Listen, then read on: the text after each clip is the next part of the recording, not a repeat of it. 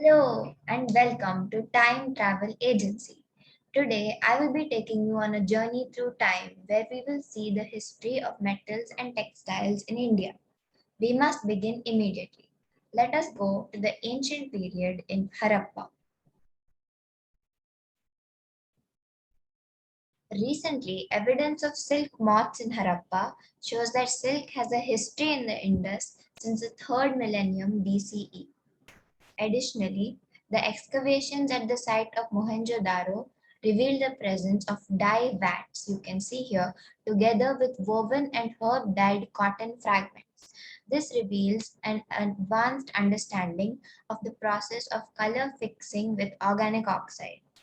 The discovery of spindles and spindle whorls, as you can see, in the houses of the Indus Valley meant that spinning of cotton and wool was common. Ancient Harappans produced advanced types of iron, forged iron, wrought iron, and cast iron as well. An example is the dancing girl above, made of bronze that symbolizes Parvati. But one of the marvels of ancient metallurgy is the iron pillar in Mehruli in 5th century CE. The iron pillar at Mehruli, Delhi is a remarkable example of the skill of Indian craftspersons. It is made of iron, is 7.2 meters high, and weighs over 3 tons. It was made about 1500 years ago, but still has not rusted because it is made of 98% wrought iron and has a thin layer of iron, oxygen, and hydrogen protecting it. Let's jump into the medieval period.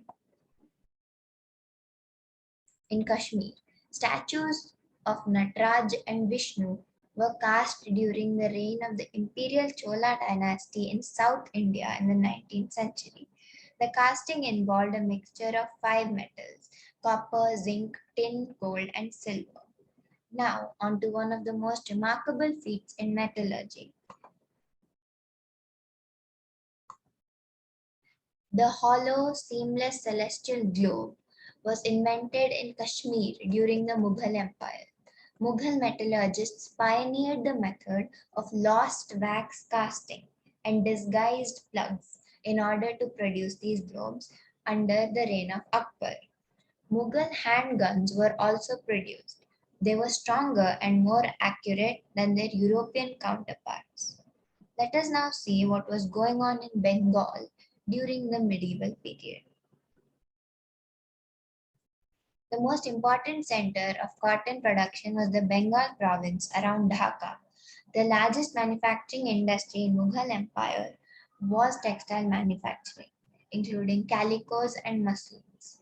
Bengal had a 25% share of the global textile trade in the early 18th century. Bengali silk and cotton textiles were exported in large quantities to Europe, Asia, and Japan. European fashion became dependent on textiles and silk imported from here. In fact, the Mughal Empire accounted for 95% of British imports from Asia. As we can see, India had a rich and thriving tradition of handicraft. But at our next destination, we see that it did not remain as Britain began to industrialize and compete with Indian goods.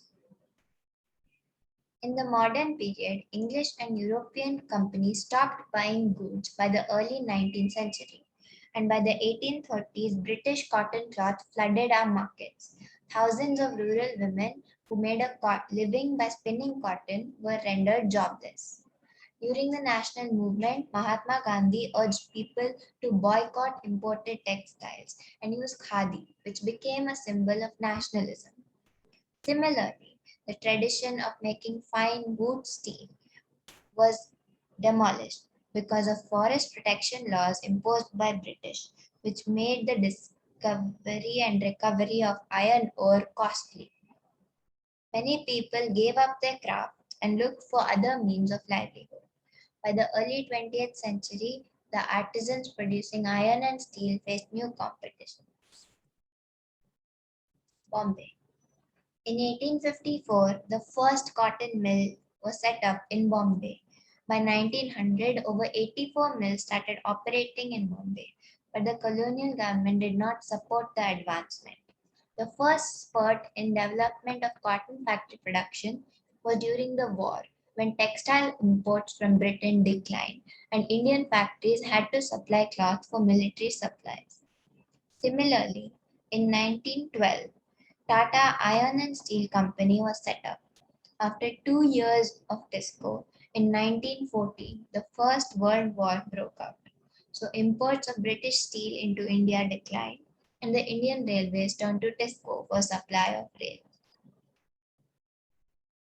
In the recent times, Prime Minister Nehru formed a government-owned company, Hindustan Steel Limited. In 2007, India's Tata Steel made a successful $11.3 billion offer to buy European steelmaker Corus Group. And in 2006, Mittal Steel Company acquired Arcelor to become the world's biggest steelmaker, ArcelorMittal, with 10% of the world's output. The textile sector in India too ranks next to agriculture. Textile provides gainful employment to millions of people in the country. I hope that through this journey through the ancient, medieval, and modern periods, you have learned something about the rich tradition of India. Until your next time travel tour package.